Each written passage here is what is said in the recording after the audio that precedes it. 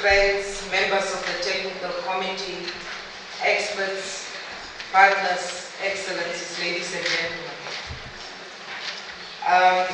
In fact, I was supposed to trade places with the Chief Executive Officer, whom we know has really come down to be with us and will have to leave soon. So I will try as much as possible to be very brief in my opening remarks. May I, on behalf of the African Union Commission, welcome you all to this meeting today, and to say that it is indeed an honor for me to address this meeting. I wish to express our sincere appreciation to Dr. Mayaki and the staff of NEPAD, as well as the Council of Health Research for Development, WHO, and all the partners for organizing this important meeting. I thank the government of the Republic of South Africa for welcoming us into this country.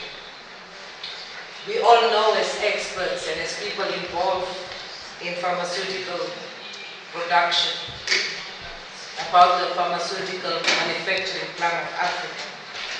It was adopted by our heads of state after it was discussed and adopted by the African Union Conference of Ministers of Health.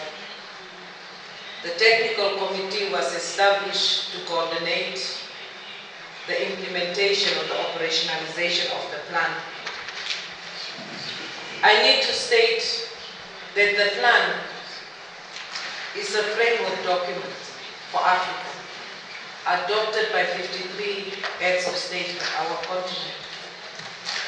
And by adopting the plan, the message that was sent throughout the world was that Africa must build its own capacity to address the disease burden.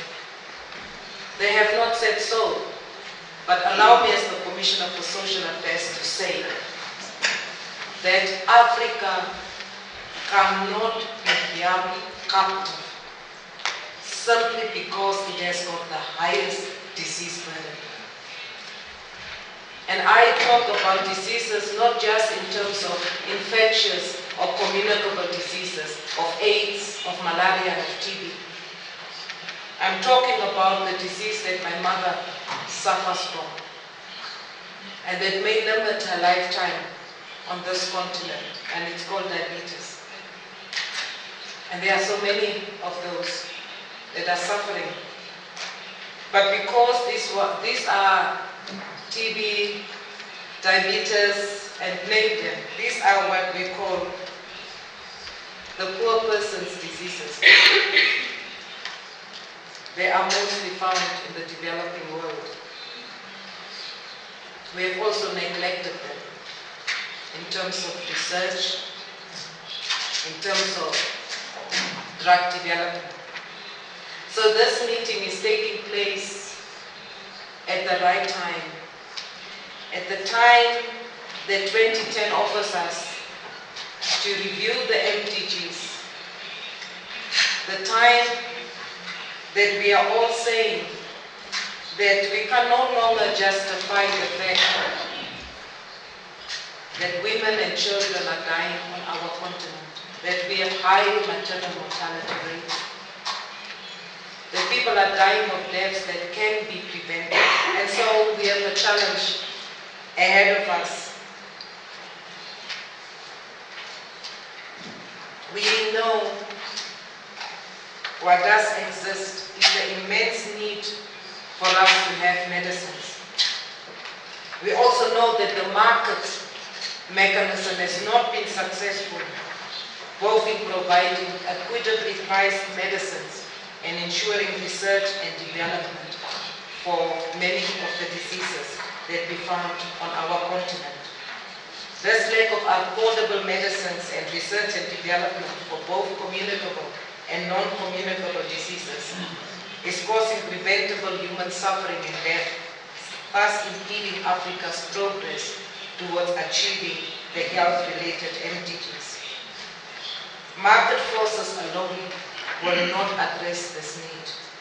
Political will and commitment is needed to provide support, guidance, and oversight. As we are all aware, research and pharmaceutical production entails serious planning and heavy investment, both short-term and long-term, as well as partnerships between the public and the private sectors. Furthermore, cooperation among neighboring countries is cost-effective and should be actively promoted within the framework of the African Union objective of promoting regional cooperation, integration, and intra-Africa trade. We have said a lot about the policy space and the policy environment that has been created both by WHO and the African Union. That it merely says that I'm sure that this meeting that draws on a pool of expertise in the area of pharmaceutical innovation, research and development will surely produce concrete actions that will move the continent from one step to another with regard to achieving universal access to health services, including quality, affordable medicines. This should also include traditional medicines, for you will agree with me that more than 80% of our population in Africa use these for their health care. I wish to take the opportunity to thank our partners from the UN family, the private sector, NGOs, academia, regional and intergovernmental organizations here present for the value they have given to the issue of access to medicines on our continent and for their continued collaboration and support. I was made to understand that the term innovation refers to the path between discovery through to delivery of the finished products, medicines to those who need them, and I believe there are no shortcuts to this path. It goes without saying that we stakeholders need to combine efforts in order to succeed in walking the path to universal access to medicines in a sustainable way. The contribution of each one of us is critical and crucial in facilitating the journey. Silos may be considered as shortcuts, and by now we all agree that these seldom succeed, and if they are not sustainable. Since 1995, when legislation in favor of the pharmaceutical industry's right to patent their drugs, TRIPS, was introduced into the international trading system for the first time applicable to all members of the WTO. Its implementation has caused a huge impact on generic drug production.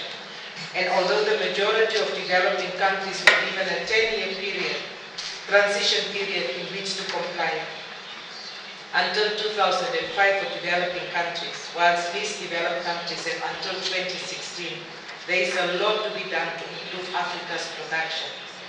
Africa needs to speed up the use of the flexibilities provided in the TRIPS and to speak in one voice at all relevant TRIPS negotiations. I therefore urge the African intellectual property organizations and other relevant bodies to double their efforts in moving this African agenda forward. Before I end my remarks, I wish to assure you of the Commission's readiness to support and promote the coordination and harmonization of such initiatives as pharmaceutical innovation, and to urge our partners and donor agencies to align their support to country and regional needs. I wish you successful deliberations in the walk through pharmaceutical innovation to eventually reach our destination of universal access to medicines for all in Africa. I thank you for your attention.